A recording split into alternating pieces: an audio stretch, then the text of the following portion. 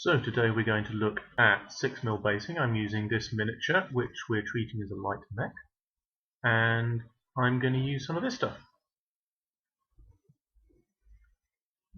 So let's get started. It comes in two colours, grey and yellow. I'm going to take a small amount from the grey. I know it's green on the outside, but it is grey on the inside, I promise. Here we go. That's about how much I need of the grey. And then same quantity of the yellow. And we're just going to mix those together.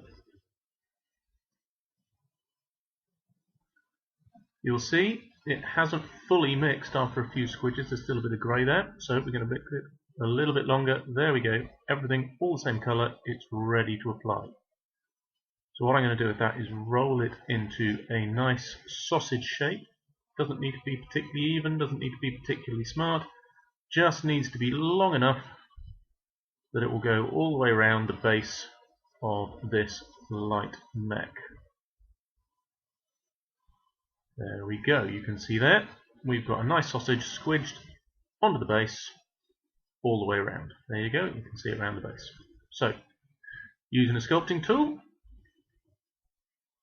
going to put a little bit of water on that, and then, there we go, then use that to press the putty in smoothly around the base.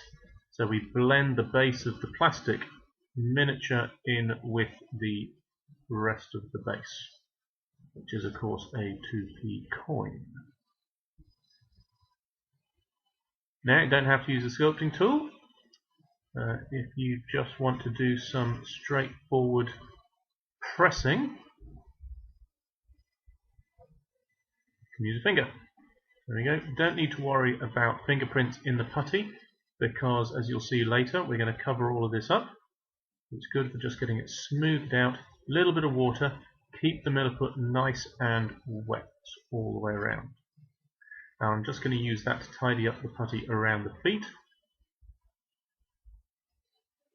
Oh, sorry, I'm in the way. There we go.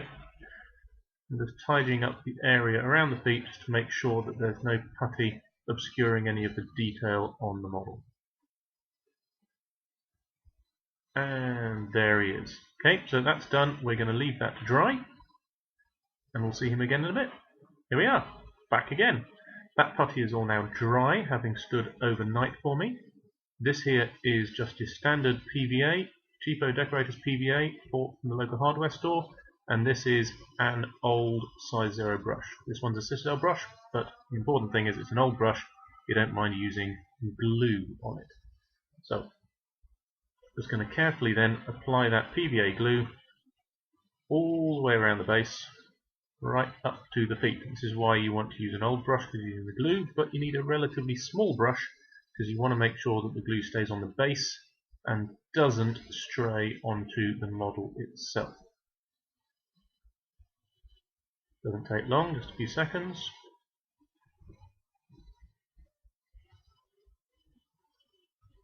Last little bit. There we go. Tidy that up. And there we go. And even though it's an old brush, make sure to clean it off well. You do not want glue getting into the bristles there. So, having put the glue on, I'm going to put that away. Put the mini to one side. We're now going to use this stuff, which is mixed sand. And you can buy this stuff in shops, but I really use just a mix of basic sharp sand from a builder's merchant and floor sweepings, really. So we just take the miniature, dip them in, tap off some of the excess there. That's it. A couple of dips, and that's it. Sand is done. There is our miniature. Now if you have a look at the base, you can see some of the sand has strayed over the edges. A little bit of glue has gone adrift, so just use a thumb, smooth that off, make sure the edge of the base is nice and smooth and clear, because you'll need the edge of the base to indicate the unit's arc of vision. Now I'm going to use that brush again, nice clean brush, to take away any of the sand that has stuck either from glue or just from friction has stuck to the model to make sure that the model is nice and clear of any sand. There we go, and he's done. That takes a little while to dry, but once it's dried, he's ready for painting.